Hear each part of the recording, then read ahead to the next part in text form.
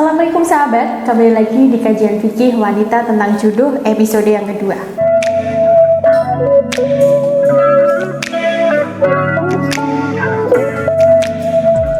Di kajian kedua ini, saya akan membahas mengenai isyarat-isyarat jodoh menurut Al-Quran. Namun sebelum saya membahasnya, untuk sahabat yang belum subscribe channel saya, silakan bisa subscribe terlebih dahulu dan tekan tombol loncengnya juga. Dan untuk sahabat yang sudah subscribe, silakan bisa share video saya ke sosial media kalian semuanya. Bagi seseorang, khusus wanita yang masih sendiri ataupun jomblo, perlu paham bahwa Allah sudah memberikan petunjuk tentang jodoh kita melalui Al-Quran. Hal ini bisa menjadi sebuah landasan bagi para wanita untuk menjawab pertanyaan-pertanyaan terhadap pria yang lagi deketin kamu. Apakah dia benar-benar pria yang baik dan benar jodoh kamu atau tidak? Isyarat yang pertama dalam Al-Quran adalah jodoh itu memiliki kesamaan dan juga kesepadan. Dalam Al-Quran surat An-Nur ayat 26 yang artinya wanita-wanita yang keji adalah untuk laki-laki yang keji dan laki-laki yang keji adalah buat wanita-wanita yang keji pula.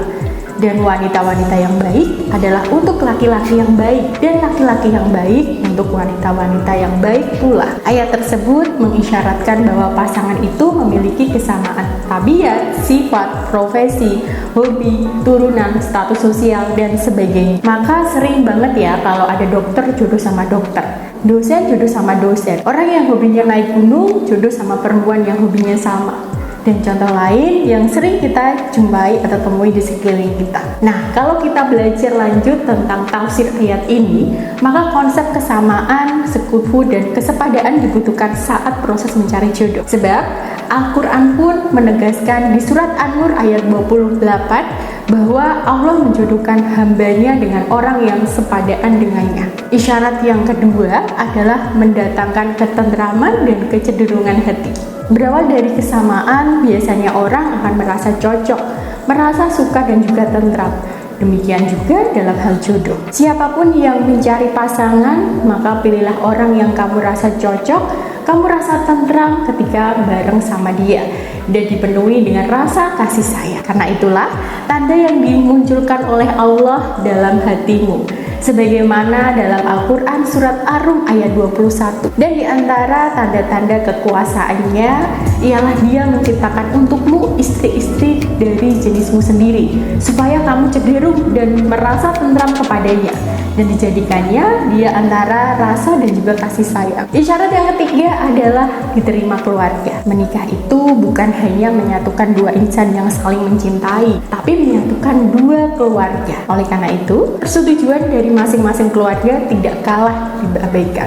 Sehingga siapapun yang akan melanjutkan ke hubungan pernikahan, obrolkan terlebih dahulu tentang calon pasanganmu ke keluargamu, terutama kepada kedua orang tuamu. Dalam Al-Quran sendiri ya, Allah berfirman dalam surat Asy-Syura ayat 11, jika kamu tidak menemui seorang pun di dalamnya, maka janganlah kamu masuk sebelum kamu mendapatkan izin. Dan jika dikatakan kepadamu, kembali, maka hendaklah kamu kembali. Itu bersih bagimu, dan Allah mengetahui apa yang kamu kerjakan. Isyarat keempat, dilapangkan rezekinya.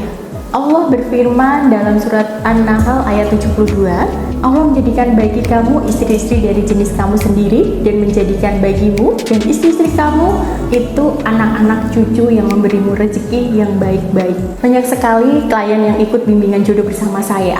Mereka mengaku rezekinya lancar ketika kenal sama calon suaminya. Mereka dimudahkan dalam hal karir dan rezeki oleh Allah saat berniat untuk menikah. Bahkan Allah pun berjanji bahwa dia akan memampukan dan memudahkan seseorang yang sudah menikah. Nah sahabat, itulah 4 isyarat dalam Al-Quran tentang jodoh. Semoga bisa menginspirasi sahabat semuanya dalam proses mencari jodoh. Semoga kajian ini bermanfaat untuk sahabat muslimah semuanya. Tetap semangat untuk menjemput jodoh. Dan sampai bertemu di kajian saya selanjutnya. Wassalamualaikum warahmatullahi wabarakatuh.